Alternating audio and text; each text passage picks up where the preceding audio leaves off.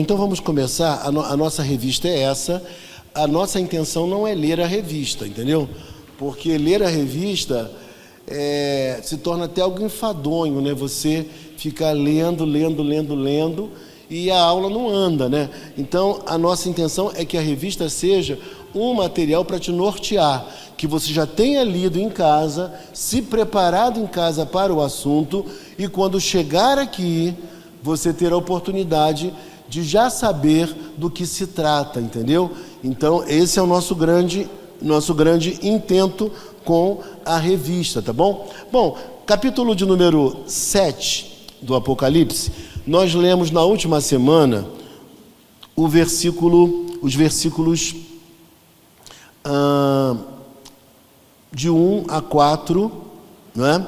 Então, algumas coisas que nós falamos em Apocalipse capítulo 7, nós falamos, por exemplo, que muita gente fica inventando coisas, né? Vendo que não tem, né?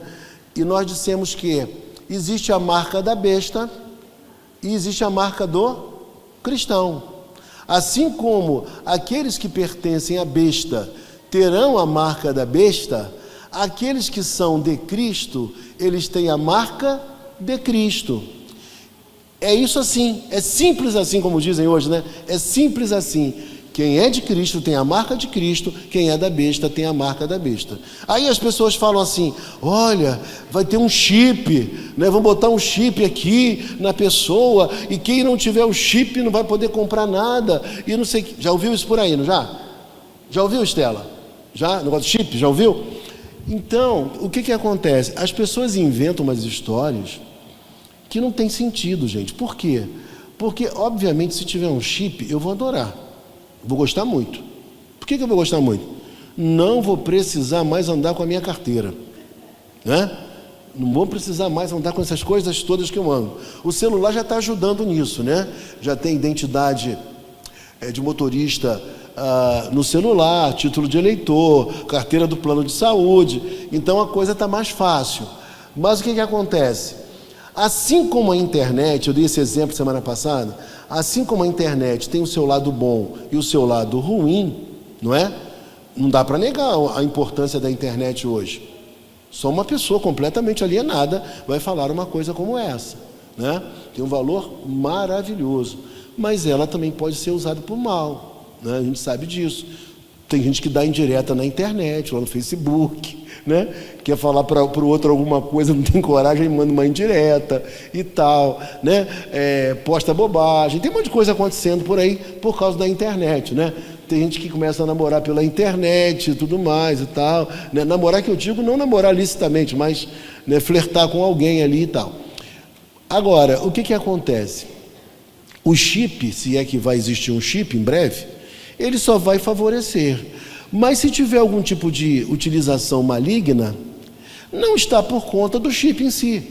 O chip não é bom, não é ruim, não, entendeu? E ele é bom e ele pode ser ruim também. Como a internet é boa e também pode ser ruim, entendeu? Então a gente tem que ter uma visão muito clara. Mas o que ele nos diz aqui no capítulo 7...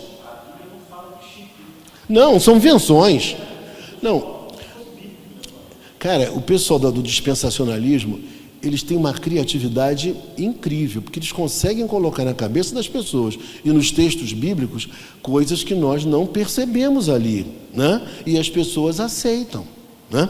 Bom, e aí nós estudamos mais o quê? Nós vimos, por exemplo, nós vimos que o selo seria, a marca seria o quê? Um símbolo de propriedade, né?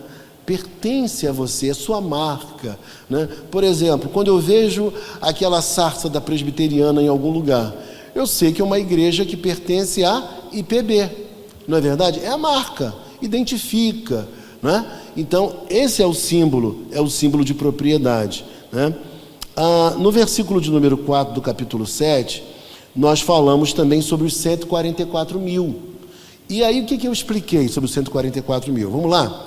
Eu falei que algumas pessoas pensam, alguns bons estudiosos pensam que os 144 mil, eles são, na verdade, o povo de Israel.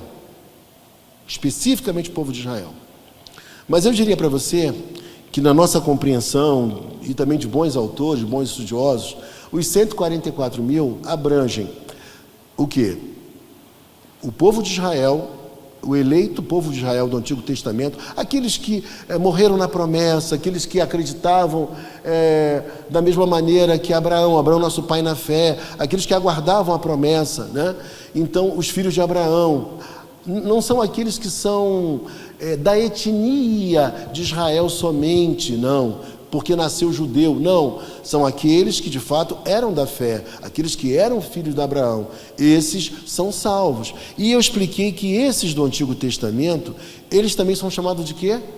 De igreja. É a igreja do Antigo Testamento, como também há a igreja do Novo Testamento, que são os cristãos verdadeiros, né? Bom, e aí, o que acontece? O texto vai mostrar para nós que existe uma igreja que ela é militante e uma igreja que é triunfante. A igreja militante, a imagem da igreja militante, é justamente a igreja que está na terra hoje, trabalhando, né? É a igreja militante.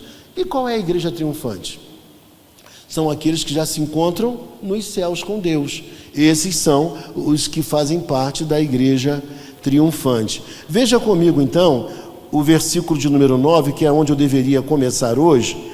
Diz assim: depois destas coisas, vi e eis grande multidão que ninguém pode ou podia enumerar, de todas as nações, tribos, povos e línguas, em pé diante do trono e do Cordeiro.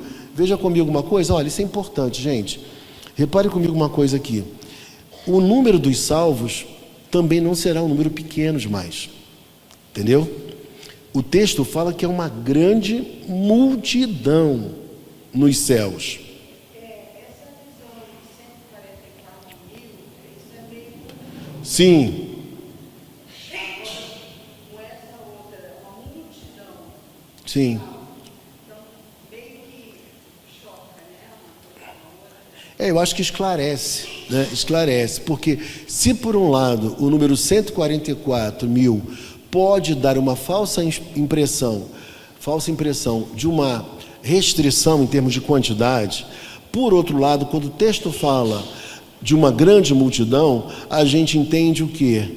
Que o povo de Deus que vai estar nos céus, no novo céu, na nova terra, não é uma quantidade pequena, não é um número restrito, é uma multidão, um número que nós humanos não conseguimos o quê? Como João não conseguiu, enumerar, contar, né? É uma grande multidão. Aham.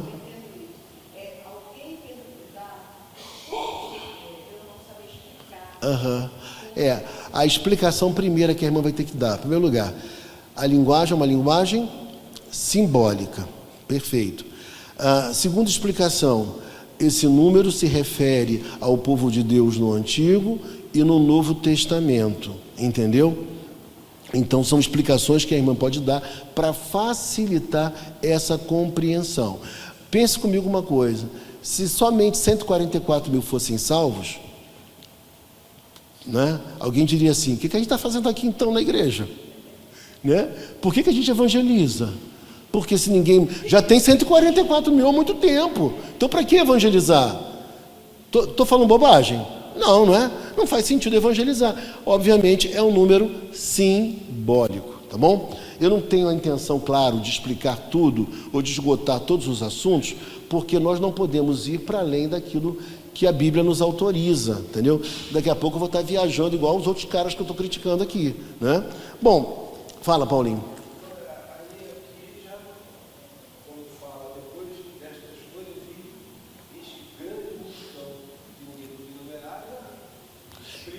Exatamente. E o que eu acho mais interessante nesse texto é que ele fala que Deus tem os seus eleitos onde?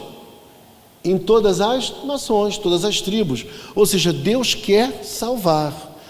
O mecanismo de salvação seria qual? A mensagem do Evangelho, a pregação do Evangelho. Nós precisamos pregar porque Deus quer salvar. Deixa eu contar um exemplo aqui que eu contei na quarta-feira. Preste atenção aqui, olha que coisa interessante.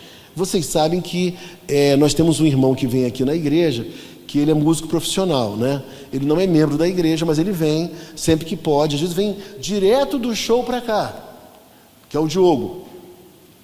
Gente muito boa. E o que aconteceu? Vocês sabem que o Sérgio está gravando aqui as mensagens, Sérgio está gravando aqui às vezes louvores e tal. E essa semana aconteceu uma coisa muito interessante. Uma pessoa que é do nosso relacionamento, que para mim ela nem gostava muito de igreja, porque eu já chamei várias vezes para ela vir aqui e ela nunca veio, né? Eu falei, cara, eu acho que eu estou sendo deselegante, convidando tanto, né? Já chamei algumas vezes já, né? Essa semana aconteceu uma coisa muito interessante. Aí eu digo para vocês, o valor da comunicação, o valor da internet, das mídias sociais. Eu coloquei lá um vídeo que foi até gravado pela Tereza. Eu coloquei lá no Facebook vocês cantando, tocando. O que aconteceu? A irmã não, que ela ainda não é cristã, né, ou não é evangélica, não sei se ela é católica, não sei qual é a religião dela. Mas ela colocou lá, lindo e confortante. Falei, caramba, que coisa legal, que coisa boa. Fiquei numa felicidade tremenda quando eu vi aquilo. Por quê? Porque eu chamei ela para vir à igreja, várias vezes ela não veio. E ela não é de comentar as minhas publicações. E ela escreveu lindo e confortante. Gente, lindo, todo mundo consegue interpretar algo bonito, que tem beleza, tem graça, tem arte. E ela é uma mulher ligada à arte. Depois, segundo lugar, ela fala que é confortante. Confortante é aquilo que conforta. Então, de repente, o quê? Ela estava precisando de ouvir aquela música. Trouxe conforto ao coração dela. E aí, eu fiquei numa felicidade tão grande. Aí minha filha fala, né? Pai, você acontece uma coisinha assim, você fica no entusiasmo, meu Deus do céu. Mas eu fiquei no entusiasmo mesmo. E eu queria compartilhar com quem eu pudesse compartilhar. E aí eu mandei para os músicos, né? Mandei para o Sérgio. Não mandei para o Isaías, não, porque Isaías... Eu falei, não vou incomodar Isaías agora com isso, não. Aí mandei para o Sérgio. Aí daqui a pouco o Sérgio responde para mim, né? E tal, pô, que legal, não sei o quê, pastor bacana e tal. Irmão, vocês não vão acreditar. Na sequência, foi só falar com o Sérgio, pensei que fosse morrer por ali. Ele entrou e começou a conversar comigo. E aí ela falou assim, eu posso ir na sua igreja? Eu falei, deve.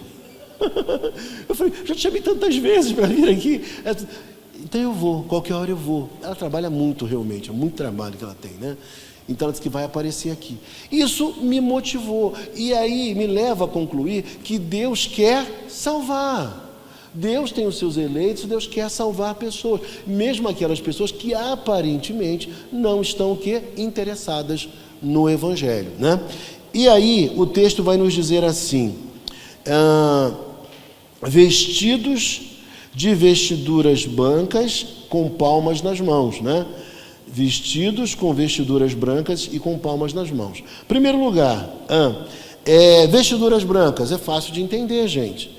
Por isso que o Apocalipse não precisa a gente inventar. O que é uma vestidura branca? Símbolo de quê? Pureza, mais o quê? Paz, mais o quê? Sem mancha, mais o quê? Santidade. Perfeito? Então, o que acontece? Quando a gente vê que essa multidão é uma multidão que foi purificada, foi perdoada, foi transformada por Deus e recebeu vestiduras brancas. Isso significa dizer que, apesar das nossas imperfeições, nós somos salvos pela graça de Deus, né? Então, nós receberemos vestiduras brancas, a nossa transformação será total, né? Será total. Hoje ainda nós oscilamos. Tem dias que a gente está melhor, tem dias que está pior, às vezes a gente peca, às vezes fala o que não deveria falar, mas nós teremos vestiduras brancas. E aí o texto fala também, olha só o texto dizendo, que eles tinham palmas nas mãos. O que significa isso? Palmas nas mãos. Você tem uma ideia do que poderia ser? Vocês lembram quando Cristo, na última semana, ele entra lá no domingo de Ramos, né? Ele não entra, o que o povo faz? Hosana, Hosana, não é isso? Gente, é um reconhecimento da vitória. As palmas das mãos é uma celebração, um reconhecimento, uma aclamação da vitória, né? Então, é isso que o texto quer mostrar para nós, né?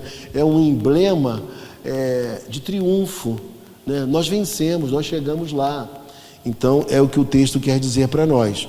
Bom, e aí, versículo de número 10. Se lá eles clamaram quando Jesus entrou, né? Aqui também eles estão clamando, veja comigo, olha, o versículo diz aqui, ó, versículo 10. E clamavam em grande voz, dizendo: ao nosso Deus que se assenta no trono e ao Cordeiro pertence a salvação. João 1,12 diz: mas a todos quantos o receberam, deu-lhes o poder de serem feitos filhos de Deus, a saber, os que creem no seu nome, né? Então, ele está dizendo para nós que ao nosso Deus que se assenta no trono e ao Cordeiro. Por que Deus e o Cordeiro? Porque o Pai é Deus, o Filho também é Deus.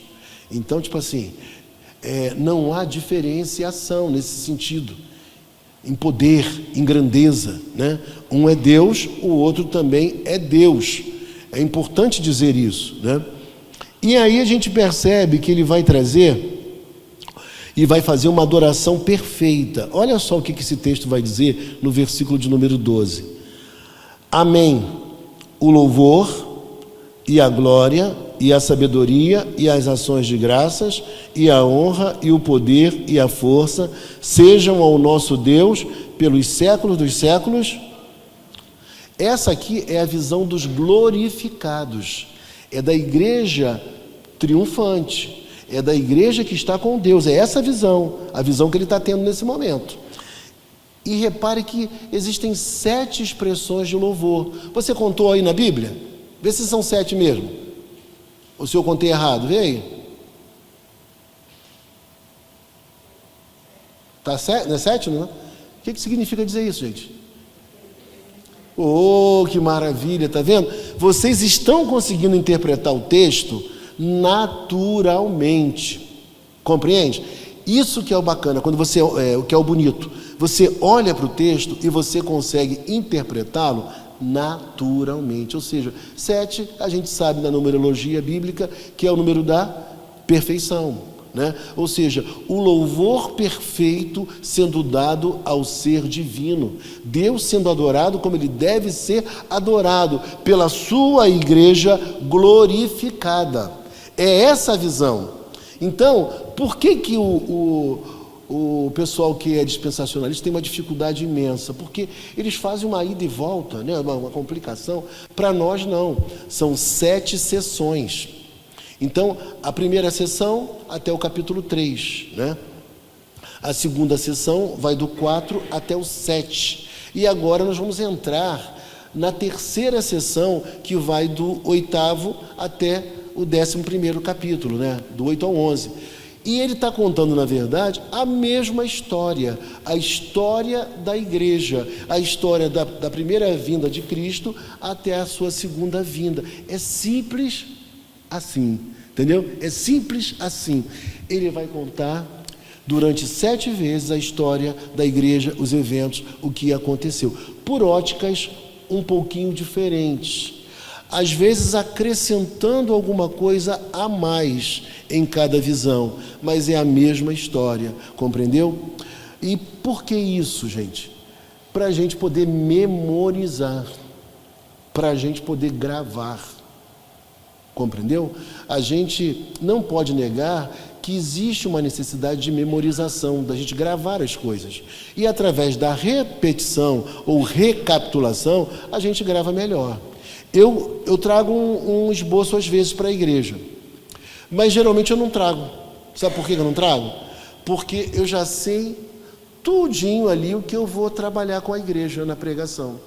Aí a palavra tal, eu sei o que significa, já estudei o que ela significa no grego, entendeu? Eu já sei o que estava acontecendo naquele momento. Então, na hora de eu reproduzir, já está tudo aqui, ó, na cabeça. Então eu não preciso ficar lendo o papel. A Bíblia é meu norte, a Bíblia é o meu script, a Bíblia é a minha direção. Eu vou por ali, entendeu? Bom, e aí lá no finalzinho do versículo 12, ele vai falar pelos séculos dos séculos. Amém. O que significa dizer isso? Simples como? Sempre, mas sempre. Tem uma palavra que a gente usa. Que palavra é? Para sempre. Sempre, sempre. Oh, maravilha. Viu, Sérgio? Que coisa boa. Interpretação natural do texto. Ele está dizendo que a igreja glorificada, ela vai adorar ao Senhor eternamente, né? Então, é essa visão que João teve. Gente, imagina isso para o povo do primeiro século, da igreja sendo perseguida como eles estavam sendo perseguidos. É uma mensagem de esperança, né? De ânimo, de alegria, né? É isso que o texto está mostrando para nós. Bom, um dos anciãos tomou a palavra dizendo: estes que se vestem de vestiduras brancas, quem são e de onde vêm? Da onde eles estão vindo? É a pergunta dele, né? Respondi-lhe: meu senhor, tu o sabes. Ele então me disse: são estes os que vêm da grande tribulação. O que significa dizer isso? Que a igreja vai passar pela grande tribulação. Tribulação sempre houve e sempre haverá. No finalzinho dos tempos, alguns entendem que ela vai ser mais acirrada, mais forte, né? Vai ser muito forte quando chegar mais próximo ao final dos tempos. Mas esse tempo também será abreviado por conta dos eleitos, porque senão nem os eleitos talvez aguentassem tamanha pressão, né? Então,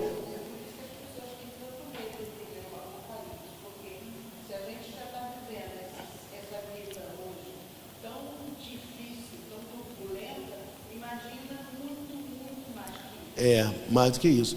Eu gosto de alguns autores que pensam na tribulação, na grande tribulação, como ela ocorrendo em todo o período da história da igreja. Por quê?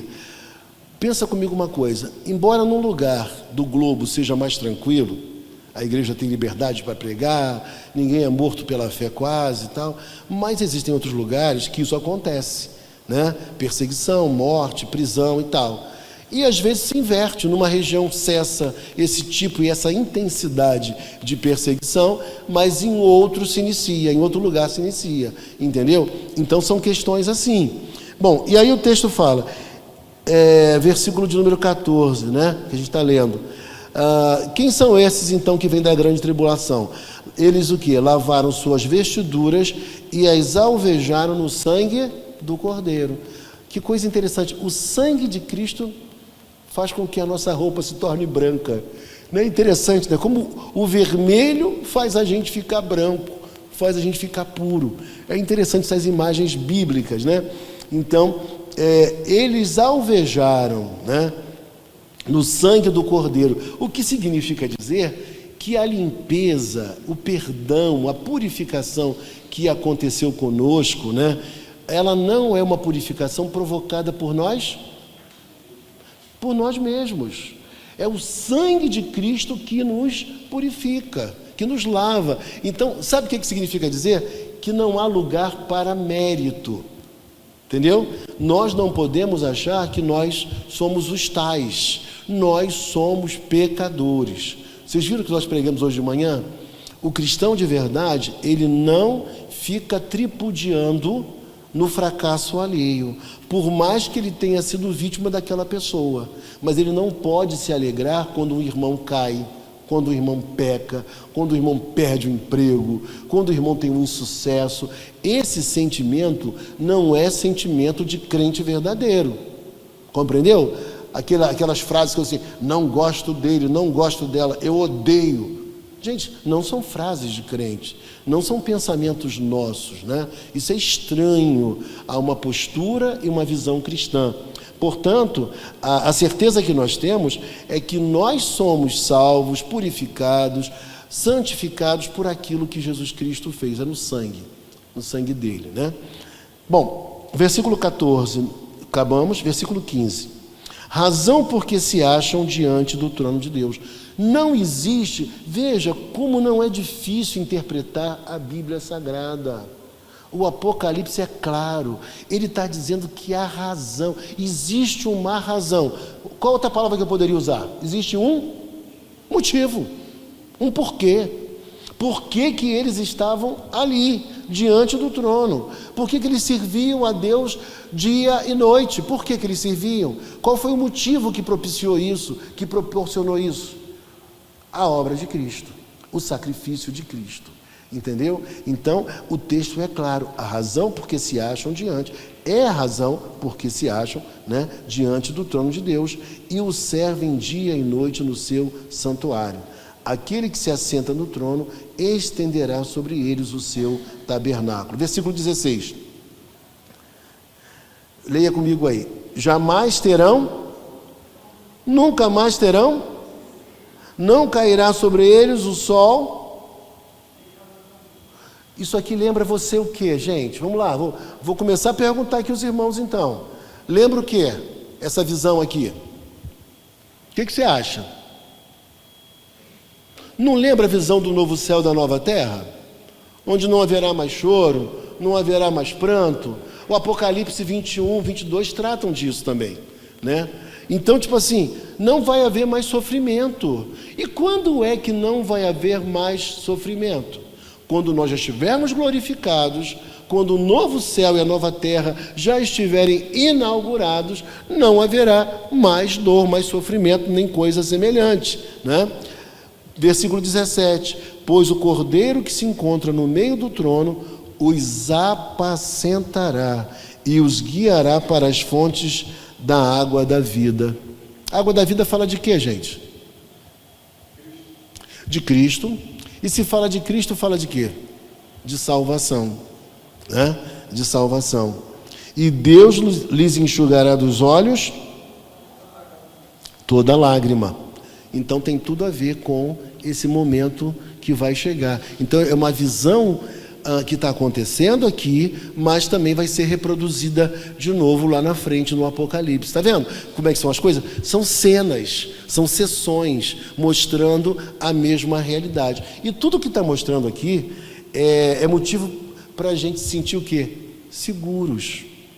Não termos medo, pavor do que nos aguarda. Deus é aquele que está conosco. Eu estava aqui no louvor hoje enquanto o Sérgio cantava, e eu estava pensando na vida, pensando em tudo, né? Parece que o louvor nos projeta, né? A coisas do passado, experiências vividas. Eu falei, meu Deus, que coisa!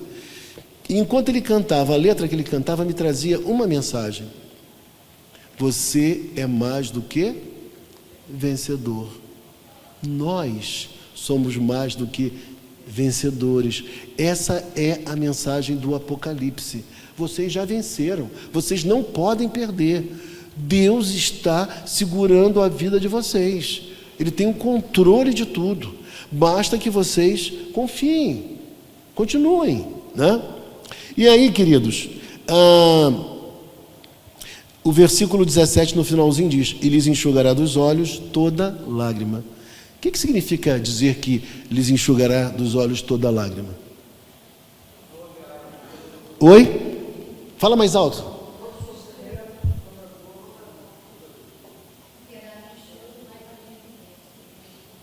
Acabou. Toda dor, todo sofrimento, tudo que a gente sente de ruim, os seus problemas tiveram fim, né? Seus problemas acabaram. Vai ser um momento que realmente os seus problemas acabaram. Gente, quem gosta de reclamar não vai poder reclamar mais, não vai ter como, nem fazendo esforço para reclamar, vai conseguir, porque tudo isso já terá passado, né? E eu, na primeira aula que eu dei há um tempo atrás sobre o Apocalipse, eu falei, né? Pode parecer que as coisas estão fora do seu lugar, mas como dizia aquele grande poeta, cantor, compositor, tudo está no seu lugar, graças a Deus, né? Se eu não me engano, ele é de Friburgo, né? E ele dizia isso: tudo está no seu lugar. Quiseram matar o homem há 30 anos, ele ia morrer. Ele ficou tão doente, disseram, vai morrer. Conclusão, quantos anos se passaram? Acho que 30 ou mais. Eu era garoto, mais de 30 anos.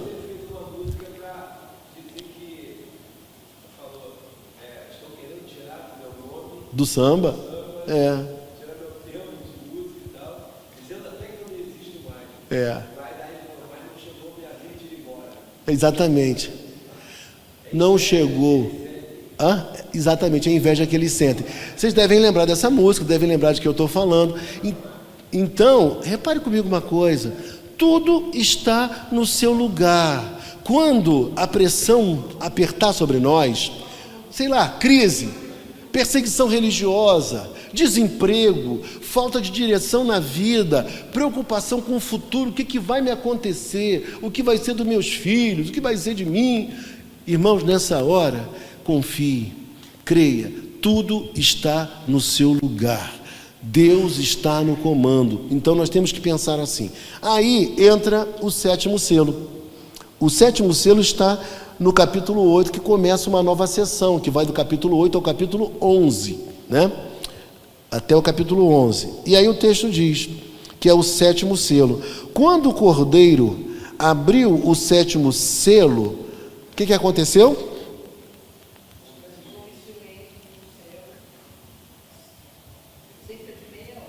Então o que vai acontecer aqui?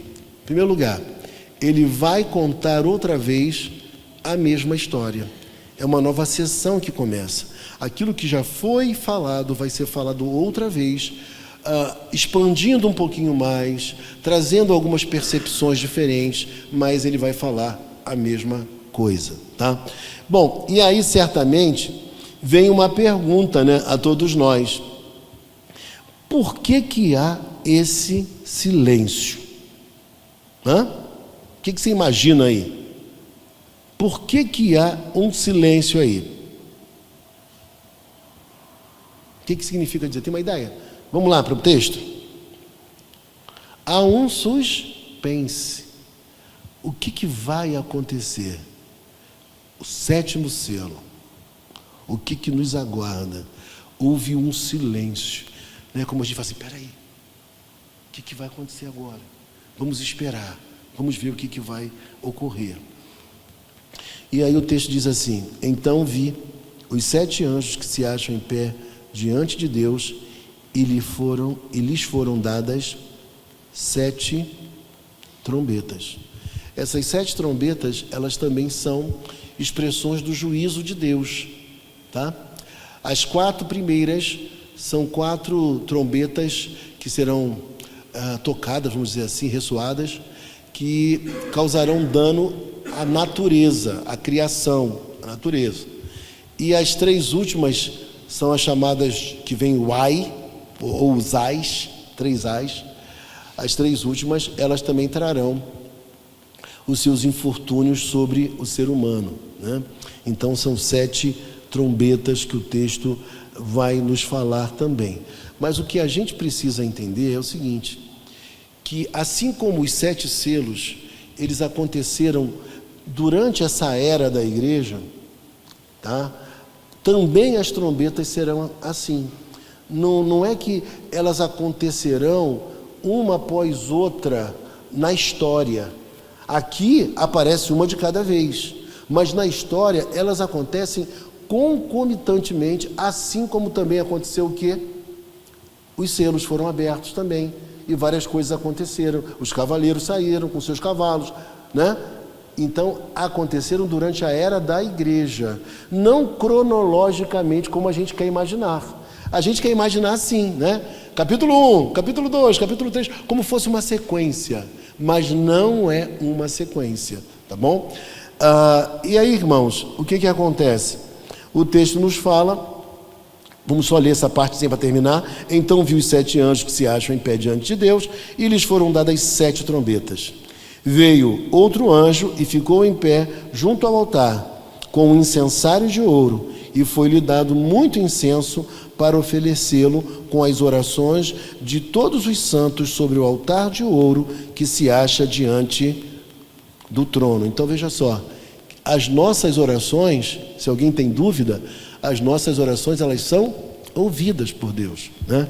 Elas chegam diante de Deus, mesmo naqueles momentos nos quais, aparentemente, Deus nos esqueceu. Naqueles momentos a gente fala, meu Deus do céu, parece que a minha casa virou um campo de guerra, né?